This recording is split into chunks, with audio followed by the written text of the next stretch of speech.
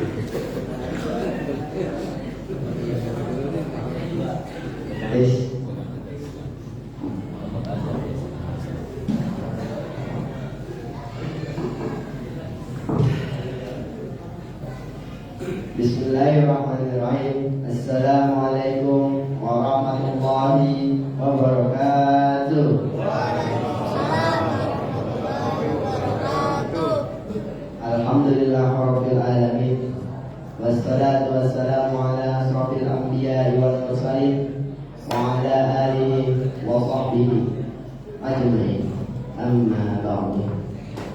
Jamaah salat Isya yang dilanjut dengan salat tarawih. Alhamdulillah kita sudah melaksanakan ibadah puasa yang ke-11. Taqabbalahu minna wa minkum. Semoga Allah menerima ibadah saum kita. Amin amin ya rabbal alamin. Berikut ini kami mewakili DKM Masjid An-Nur akan menyampaikan beberapa taklimat sebagai berikut. Yang pertama, Trauma Ramadan Masjid. Sodor bertanggal 1 April 2023 sebesar 5.123.000 rupiah. Penerimaan tanggal 1 April 2023 sebesar 565.000 rupiah. Pengeluaran pada tanggal 1 April 2023 sebesar 300 rupiah. Saldo saat dibacakan tanggal 1 April adalah sebesar 5.388.000 rupiah. Jazakumullah khairan katsiran. Semoga Allah membalas amal jariah bapak-bapak dan ibu-ibu jamaah sekalian. Amin amin ya rabbal alamin. Informasi kegiatan masjid selama di bulan Ramadan 1440 Hijriah ini adalah sebagai berikut. Yang pertama, kegiatan sangat atau pesantren kilat di pertengahan bulan Ramadan. Yang kedua, i'tikaf pada 10 malam terakhir bulan Ramadan. Dan yang ketiga, proses lelang Ramadan sejak pembukaan. Lelang pertanggal 26 Maret 2023 akan disampaikan oleh tim lelang Ramadan. Yang ketiga, pengisi kultum imam malam hari ini adalah Ustaz Ahmad Haitami. Alhamdulillah beliau sudah ada. Bilangnya adalah Bapak Saiful Rahmat. Dan yang keempat, petugas pembacaan kalimat hari berikutnya adalah Saudara Ihsan. Dan yang kelima, pengisi kultum dan imam berikutnya adalah Ustadz Juni Abdul Rahim SD. Demikian kalimat ini kami sampaikan. Barakallahu fikum wabil taufiq wal hidayah. Assalamualaikum warahmatullahi wabarakatuh. Kepada Ustaz Ahmad Haitami, waktu yang lupa kami persilahkan. Maaf ya Pak.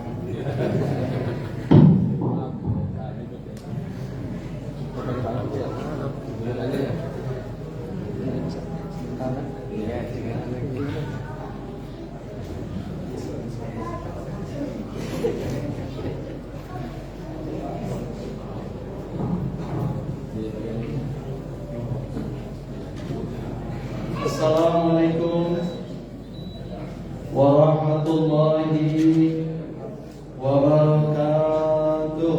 Waalaikumsalam warahmatullahi wabarakatuh. Alhamdulillahilladzi kataba alaina as-siyam fi syahr Ramadan alladzi unzila fihi al-Qur'anu hudan lin-nasi wa bayyinatin minal huda wal furqan. Asyhadu an la ilaha illallah wahdahu la syarika lahu wa asyhadu anna Muhammadan abduhu wa rasuluhu la nabiyya ba'dahu. Qad qala Allah ta'ala fi kitabihil karim, a'udzu billahi as-sami'il 'alim minasy syaithanir rajim. Bismillahirrahmanirrahim.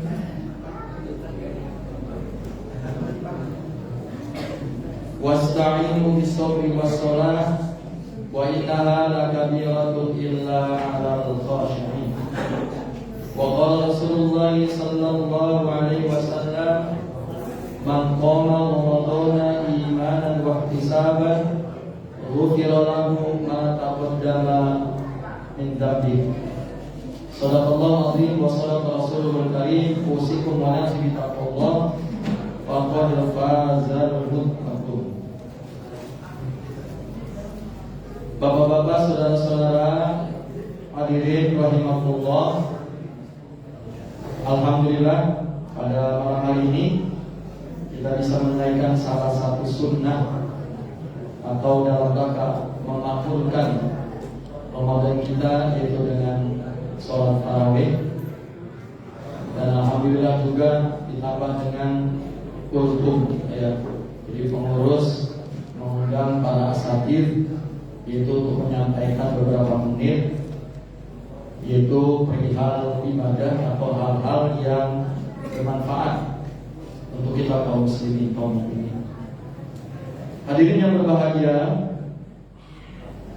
Rasulullah tadi dalam sebuah hadis, dan hadis ini sangat hafal di saya. Kata Rasulullah, siapa orang yang memakmurkan malam Ramadan dengan sholat tarawih, maka Allah akan hapus segala dosa-dosa masa lalunya. Insyaallah dengan kita sholat tarawih yang ada di bulan Ramadan, ya, kata Rasulullah, siapa orang yang meramaikan, memakmurkan Ramadannya dengan sholat tarawih, maka akan dihapus segala dosa dan kesalahannya. Lebih-lebih tidak pulang sebelum imam menyelesaikan sholatnya. Kata Rasulullah, siapa orang yang tidak beranjak dari tempat sholatnya hingga imam menyelesaikan sholatnya, maka seolah-olah atau seperti orang yang sholat satu malam penuh. Padahal sholatnya kan hanya sekitar 30 menit, ya. Ya, sholat tarawih di sini berapa menit kira-kira seluruhnya? Kan sholatnya 8 ditambah 3 kan? 11, berapa menit seluruhnya? Kurang lebih 30 menit kan? Tapi kalau kita sholat bersama imam, artinya tidak pulang ke rumah kita, kecuali kalau imam sudah selesai, maka kita pun boleh pulang. Maka kata Nabi, sama dengan orang yang, atau seolah-olah seperti orang yang sholat satu malam. Hadirin yang berbahagia, pada kesempatan yang baik ini saya ingin menyampaikan beberapa ayat dan juga hadis Rasulullah sallallahu alaihi wasallam, yaitu berkenaan dengan tadzkirah lil musholli. Jadi temanya adalah tadzkirah atau peringatan bagi orang-orang yang sholat. Ya, peringatan bagi orang-orang yang sholat. Saya bukan menganggap bapak-bapak sholat yang enggak benar, enggak, bukan itu maksud saya. Tapi kan ini artinya antisipasi. Karena yang berkata adalah Allah dan Rasulullah sallallahu alaihi wasallam, ditujukan kepada orang-orang yang sholat, ditujukan kepada kaum muslimin, kaum mukminin, kaum mukminah. Nah, seperti apa pengarahan Allah dan Rasulnya? Yang pertama adalah, yaitu seperti disebutkan di dalam surah Al-Ma'un yang kita hafal, ya. Maka Allah, fawailul lil musallin, celakalah orang-orang yang sholat. Ngebacanya jangan sampai di situ, walaupun ayatnya sudah sampai di situ, tapi harus dilanjutkan. Siapa orang-orang yang sholatnya celaka? Orang-orang yang sholat tadi celaka, alladzina hum fi sholatihim khashi'un. Apa? Fawailul lil musallin alladzina hum fi sholatihim sahur. Bukan khashi'un, sahur. Orang-orang yang lalai sholatnya, itulah orang-orang yang celaka. Dia sholat tapi celaka. Terus bagaimana lagi? Yaitu yuraun, yaitu orang-orang yang sholatnya ria.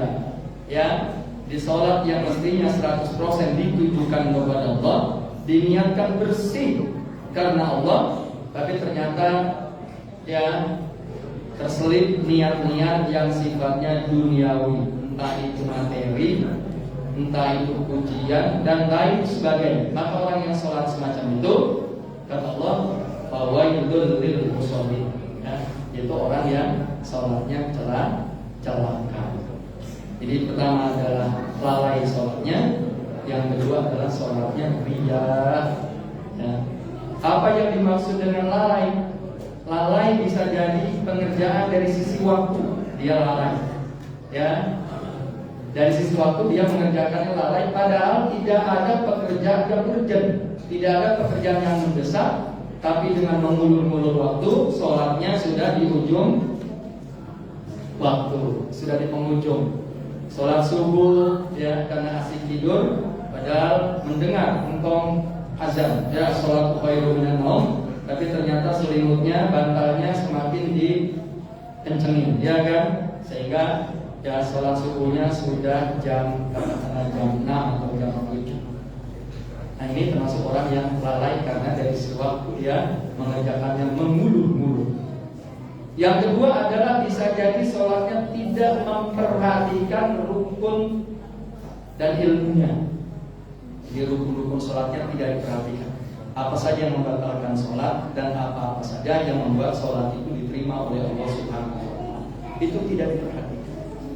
Ya, itu termasuk kategori orang yang sholatnya lalai. Hadirin yang berbahagia. Kemudian ayat yang kedua, yaitu di dalam surah Al-Mu'minun, surah 23. Surah Al-Mu'minun, surah 23. Ayat yang pertama Allah berfirman, Qad aflahal mu'minun alladzina hum fi sholatihim khashi'un. Jadi kata Allah, sungguh beruntung, sungguh berbahagia, yaitu orang-orang beriman, orang mukmin. Orang mukmin itu siapa? Alladzina hum fi sholatihim khashi'un, yaitu orang-orang yang sholatnya khusyuk. Apa itu khusyuk? Para ulama menjelaskan yang dimaksud dengan khusyuk pertama tenang. Jadi sholatnya itu tenang. Ya, kalau bahasa Bekasi tidak berasa gerusu, tenang sholatnya. Kemudian yang kedua adalah konsentrasi penuh. Ya, ketika sholat konsentrasi, ya, terlintas di benak, di pikiran hal-hal yang lain pun, ya, itu dihilangkan, dijauhkan sejauh-jauhnya. Kemudian pandangan mata kita ke tempat sujud kita, ya, pandangan mata kita jatuhkan ke tempat sujud kita, kecuali kalau duduk di antara dua sujud atau pada saat yaitu membaca tasyahud awal maupun tasyahud akhir, tidak lebih daripada ujung apa ini kaki kita ini apa ujungnya? Ujung lutut. Saya sudah lupa mau lutut berlutut, maunya dengkul aja. Ya, yaitu ujung dengkul atau ujung lutut. Jadi menjatuhkan pandangan tidak lebih daripada ujung lutut kita. Kalau berdiri yaitu di tempat sujud kita, tapi kalau duduk di antara dua sujud atau pada saat tasyahud, itu pandangan kita tidak melebihi jarak yaitu ujung lutut kita. Ya. Kemudian berusaha untuk memahami apa yang dibaca. Jadi dari mulai takbiratul ihram, Allahu Akbar, yaitu niat sholat, ya, sholat maghrib, sholat isya atau sholat sunnah. Ya. Kemudian orang yang sholat itu berusaha memahami apa yang dia bacanya. Ketika dia membaca, umpamanya Allah Akbar katsira, Allah Maha Besar, walhamdulillahi katsira, ya, segala puji milik Allah yang begitu banyak, ya, dan selanjutnya Allah mabait baini wa bainal khataya dan sebagainya. Itu berusaha memahami apa yang dia bacanya.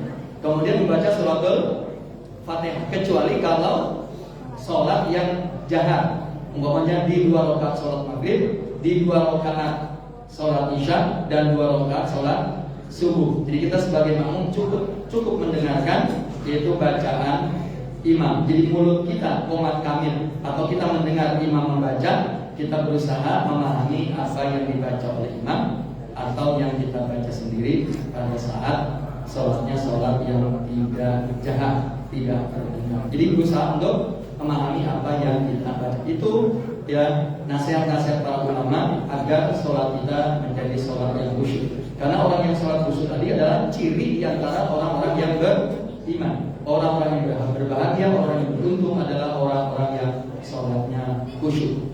Berarti sebaliknya kalau orang yang sholatnya khusyuk, berarti tidak termasuk kategori orang yang beriman, yang beruntung. Ya, dengan kata lain bisa jadi sholatnya hanya sekedar menggugurkan kewajiban. Ya, jadi sholatnya hanya sekedar menggugurkan kewajiban. Jadi ini juga merupakan tazkirah, merupakan peringatan kepada orang-orang yang sholat. Dijelaskan oleh Allah dalam surah Al-Mu'minun, qad aflahal mu'minun alladzina hum fi sholatihim khashi'un. Kemudian yang ketiga, ya, yaitu hadis Rasulullah yang menjelaskan tentang orang yang sholat atau peringatan bagi orang-orang yang sholat. Rasulullah mengatakan aswa'un nas yasriqun alladhi yasriqu min sholatihi qaul. Kata Rasulullah, seburuk-buruk orang adalah pencuri.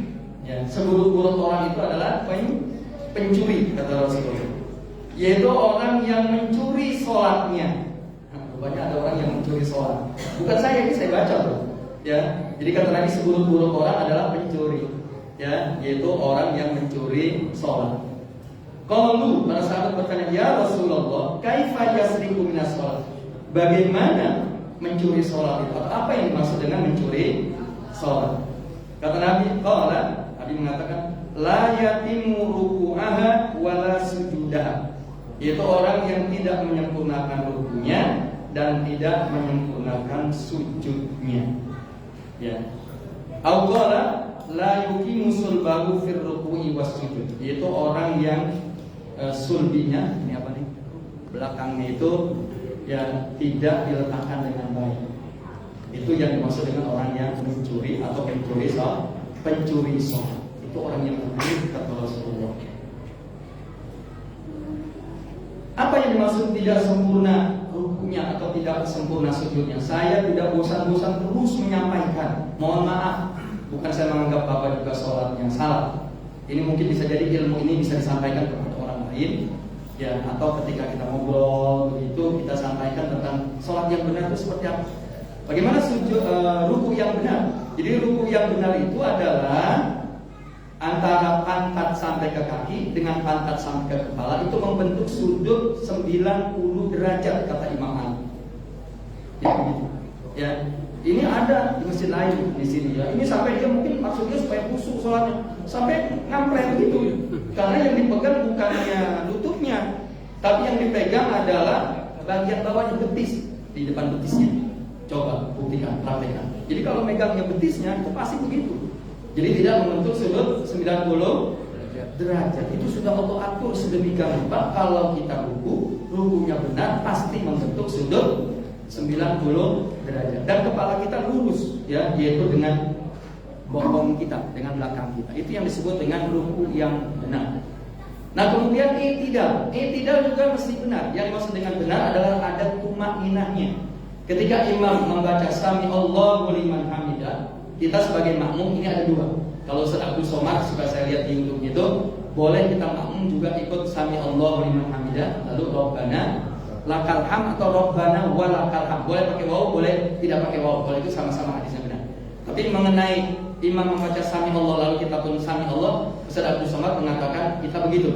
Tapi kalau saya lebih cenderungnya kita sebagai makmum, ketika imam membaca sami Allah liman hamidah, kita sebagai makmum nggak perlu membaca sami Allah, cukup kita mengatakan Rabbana walakal. Tapi kalau Bapak mengikuti Ustaz Abdul Somad juga saya tidak melarang. Artinya mangga, silakan. Insyaallah itu juga benar.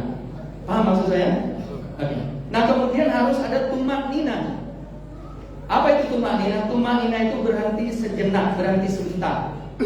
Ya, syukur-syukur kalau i'tidalnya membaca doanya agak panjang. Tapi kalau tidak panjang, minimal tadi sampai Rabbana walakal ham. Kalau mau dilanjutin, yaitu apa? Rabbana walakal ham, milkus samawati wa milkul ardi wa milku ma syi'ta min syai'in.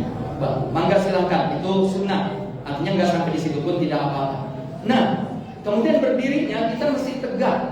Ya, berdirinya kita mesti tegak. Jadi tegak itu artinya apa ya? Tangan kita sudah lurus kembali. Tapi juga ada yang berpendapat begini. Karena yang dimaksud dengan kembali itu maksudnya kembali memang lurus begini, atau ada juga yang begini. Itu kedua-duanya insya Allah sama-sama sahih. Boleh. Mungkin di antara Bapak walaupun tidak terlalu banyak, ada yang i'tidalnya adalah Sami Allah liman hamidah rabbana wa lakal hamd. Kembali begini kan? Bapak mungkin lihat walaupun tidak terlalu banyak, insya Allah itu juga benar ya. Nah yang dimaksud tadi jadi harus lurus dia. Jadi jangan sampai belum sempurna lurusnya berdirinya sudah langsung dia Allahu Akbar lagi langsung sujud. Nah ini yang saya koreksi ya. Kemudian sujud sekali lagi saya sampaikan. Jadi anggota sujud ada berapa? Saya tanya lagi. Ada 7. Yang pertama adalah muka. Yang dimaksud dengan muka adalah jidat dan ujung hidung. Jidat dan ujung hidung. Kemudian 2 telapak tangan. Kemudian 2 lutut sudah berapa? Muka, 2 telapak tangan, 2 lutut sudah 5. Kemudian 2 lagi adalah ujung-ujung jemari kaki kita. Jadi dia ikut juga menghadap ke kiblat. Jadi bukan digantung begitu, tapi dia harus bertekuk. Ya kecuali toleran boleh dimaafkan bagi orang yang sudah mulai asam urat boleh tentunya. Ya Allah tidak maksa. Ini bagi yang sehat. Ya seperti bapak-bapak ya memang sedang sehat-sehatnya.